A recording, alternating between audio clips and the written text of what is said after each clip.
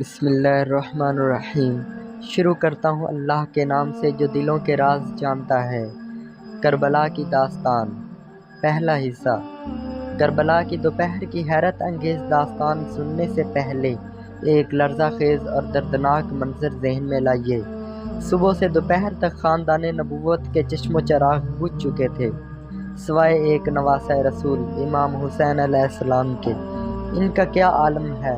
نظروں کے سامنے لاشوں کے انوار لگے پڑے ہیں، جن میں جگر کے ٹکڑے بھی ہیں اور آنکھوں کے تارے بھی ہیں، بھائی اور بہن کے لاڈلے بھی ہیں اور ماں باپ کی نشانیاں بھی ہیں، کہیں بیٹا تو کہیں بھانجا، کہیں بھتیجا تو کہیں اہل بیت کا قیمتی ہیرا۔ ان بے غور و کفن لاشوں پہ کون آنسو بہائے؟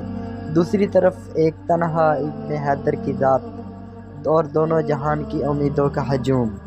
ایک عجیب بے دردی کا عالم ہے، قدم قدم پر نئی قیامت کھڑی ہے۔ سب نے ایک وقت میں نئی قیامت کا اضافہ کیا۔ صبح سے لے کر شام تک خاندان نبوت کے چشم و چراغ ایک ایک کر کے بجھ چکے تھے۔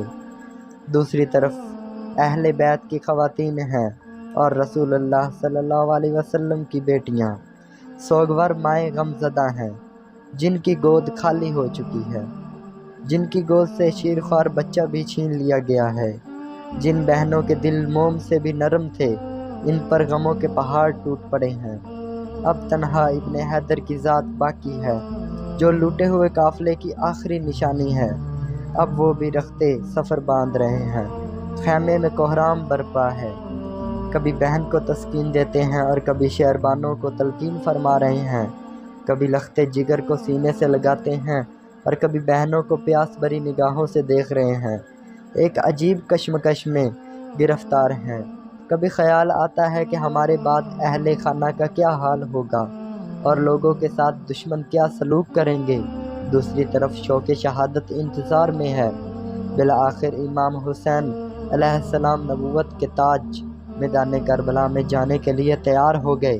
دوسری طرف لوگوں کو روتا چھوڑ کر ایک سمندر جیسے لشکر کے سامنے کھڑے ہو گئے۔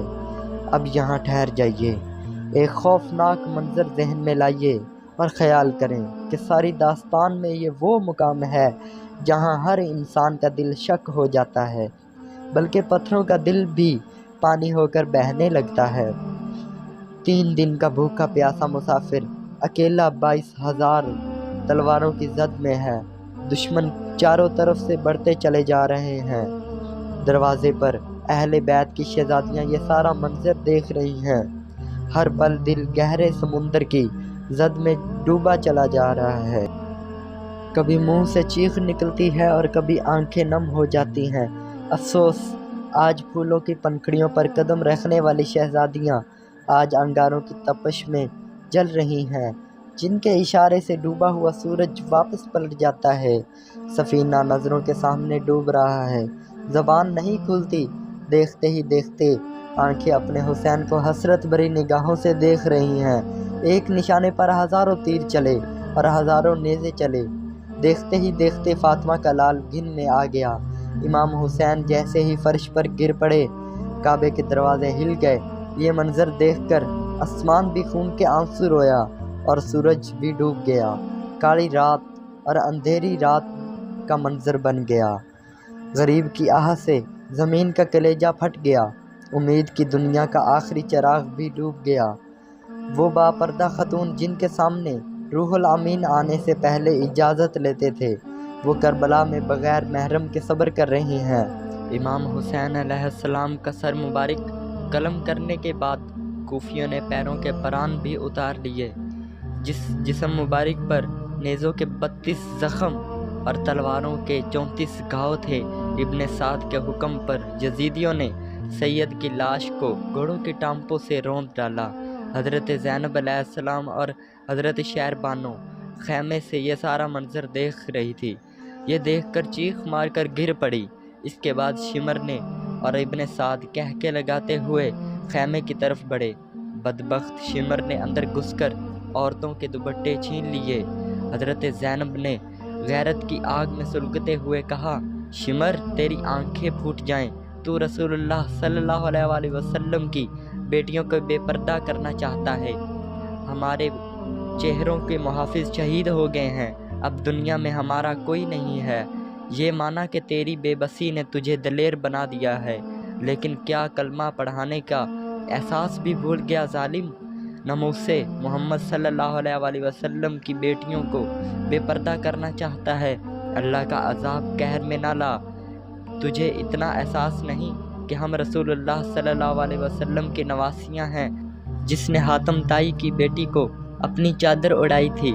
امام زین العابدین لڑکھڑاتے ہوئے اپنے بستر سے کھڑے ہوئے اور شمر پر تلوار اٹھانا چاہتے تھے کہ بیماری کی وجہ سے زمین پر گر پڑے۔ شمر نے یہ معلوم کرنے کے بعد کہ یہ امام حسین علیہ السلام کی آخری نشانی ہے، اپنے سپاہیوں کو حکم دیا کہ اسے بھی قتل کر ڈالو، تاکہ امام حسین علیہ السلام کا نام و نشان اس دنیا میں باقی نہ رہے۔ لیکن ابن سعد اس رائے پر اتفاق نہ کیا اور یہ معاملہ یزید کے حکم پر مناسک رکھا۔ شام ہو چکی تھی۔ یزیدی فوج کے سردار فتح میں مشغول ہو گئے۔ ایک پہر رات تک ان کی جشن کی رات جاری رہی۔ ادھر خیمے والوں کی یہ شام کسی قیامت سے کم نہ رہی۔ زندگی کی یہ پہلی سوگوار اور اداس رات حضرت زینب رضی اللہ تعالیٰ عنہ سے رات نہیں کٹ رہی تھی۔ رات کے خیموں سے سسکیوں کی آوازیں آ رہی تھیں، روحوں کے قافلے اتر رہے تھے۔ سب کچھ لٹا دیا۔ بڑی مشکل سے صبح ہوئی۔ دن چڑھنے پر ابن سعد نے ایک اونٹنی کی ننگی پیٹھ پر حضرت زینب اور شہر بانو اور امام زین العابدین سوار کرائے گئے۔ ہاتھوں کو رسیوں سے جکڑ دیا۔ حضرت زین العابدین بیمار اپنی بہن اور پھوپھی کے ساتھ اس طرح باندھ دیے گئے کہ ہل بھی نہیں سکتے تھے، اور باقی اونٹنیوں پر باقی خواتین اور بچے باندھ دیے۔ اہل بیت کا یہ لٹا ہوا قافلہ جب کربلا سے رخصت ہوا تو اس وقت کا منظر ناقابل خیز بیان ہے۔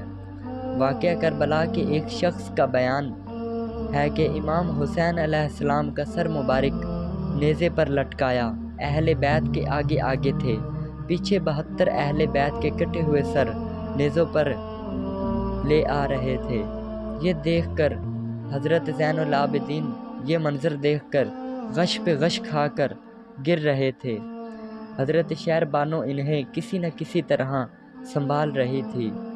حضرت زینب رضی اللہ تعالیٰ عنہ نے گہرے صدمے میں انہوں نے مدینے کی طرف منہ کر لیا اور دل دہلا دینے والی آواز میں اپنے نانا جان سے مخاطب ہو کر کہا، فرمایا، یا محمد صلی اللہ علیہ وآلہ وسلم، آپ پر آسمان کے فرشتوں کا سلام۔ آپ کا لاڈلا حسین ریگستان میں پڑا ہے، خاک اور خون میں آلودہ ہے، تمام بدن ٹکڑے ٹکڑے ہے، نہ کفن میسر ہے۔ نانا جان، آپ کی تمام اولاد قتل کر دی گئی، ہوا ان پر خاک اڑا رہی ہے، آپ کی بیٹیاں قید میں ہیں، اپنے یتیموں کی فریاد سنیے۔ حضرت زینب کی اس دعا میں کوئی ایسا دشمن نہ تھا جو آپ دیدہ نہ ہو۔ اہل بیت کا یہ قافلہ انہی آہوں اور سسکیوں سے کربلا سے رخصت ہو کر کوفہ کی طرف روانہ ہو گیا۔ شام ہو چکی تھی۔ ایک پہاڑ کے قریب یزیدی فوج نے پڑاؤ کیا اور اہل بیت اپنی سواریوں سے نیچے اتار لیے گئے۔ رات تک یہ قیدی خون کے آنسو روتے ہوئے، حالانکہ انہیں نماز تک ادا نہ کرنے دی گئی۔ رات کے پہر تھا کہ حضرت زینب اپنی سوچوں میں مصروف تھی۔ ابن سعد آیا اور طنز میں کہا کہ قیدیوں کا کیا حال ہے؟ کئی بار پوچھنے کے بعد حضرت زینب نے منہ ڈھانپ کر کہا کہ خدا کا شکر ہے، تمام قید میں ہیں۔ تمام قیدیوں کے ہاتھ رسیوں سے باندھنے کے بعد ان کے ہاتھ نیلے پڑ گئے ہیں اور ایک جاں بحق ہو گیا ہے۔ تجھے اس پر بھی ترس نہیں آتا؟ اتنا کہہ کر وہ پھوٹ پھوٹ کر رونے لگی تو امام زین العابدین نے ان کو تسلی دی کہ خون کے قاتلوں سے زور زبردستی کا کیا فائدہ، بس ایک آرزو تھی کہ ابا جان کا سر مبارک میری گود میں ڈال دیں، میں اپنے سینے سے لگا لوں۔ ابن سعد نے کہا کہ گود میں نہیں، تیرے قدموں کی ٹھوکر میں لا سکتا ہوں۔ تو ایک آواز آئی، بدبخت، کیا تجھے معلوم ہے کہ یہ کٹا ہوا سر مبارک اب بھی 2 جہانوں کا مالک ہے؟ ذرا غور سے دیکھ، اس چہرے مبارک پر نور کی کس طرح برسات ہو رہی ہے، صرف جسم سے رابطہ ٹوٹ گیا ہے، عرش سے اب بھی رابطہ قائم ہے۔ اسی غم میں یہ قافلہ کوفہ پہنچا۔ رات کے سناٹے میں جب حضرت زینب دعا میں مصروف تھی تو ایک ہلکی سی آواز کان میں آئی، بی بی کیا میں حاضر ہو سکتی ہوں؟ نگاہ اٹھا کر دیکھا تو بڑھیا سر پر چادر اور منہ چھپائے اجازت ملنے پر قدموں میں گر پڑی، ہاتھ جوڑ کر عرض کیا کہ آپ کے لیے تھوڑا سا کھانا اور پانی لے کر حاضر ہوئی ہوں۔ بی بی میں کوئی غیر نہیں ہوں، ایک مدت تک شہزادی رسول سید فاطمہ رضی اللہ تعالیٰ عنہ کی کنیز ہونے کا شرف حاصل ہوا ہے۔ یہ اس وقت جب سید فاطمہ کی گود میں ایک ننھی سی بچی تھی جس کا نام زینب تھا۔ حضرت زینب رضی اللہ تعالیٰ عنہ نے ابلتے ہوئے جذبات پر قابو پا کر کہا کہ تو نے اس جنگل میں ہم مظلوموں اور پردیسیوں کے مہمان نوازی کی، ہماری دعائیں تیرے ساتھ ہیں، خدا تمہیں خوشی عطا فرمائے۔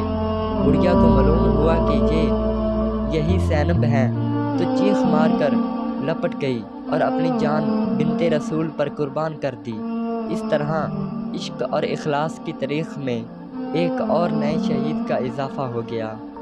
دوسرے دن زور کے وقت اہل بیت کا یہ لٹا ہوا قافلہ کوفہ کی آبادی میں داخل ہو گیا۔ محترم دوستو، باقی کی داستان دوسرے حصے میں بیان کی جائے گی۔ کہانی کا اگلا حصہ سننے کے لیے ہمارے چینل کو ضرور سبسکرائب کریں اور ساتھ لگے بیل آئیکن کو ضرور دبائیں تاکہ ہماری ہر آنے والی نئی ویڈیو کی سٹوری کا نوٹیفیکیشن آپ کو سب سے پہلے مل سکے۔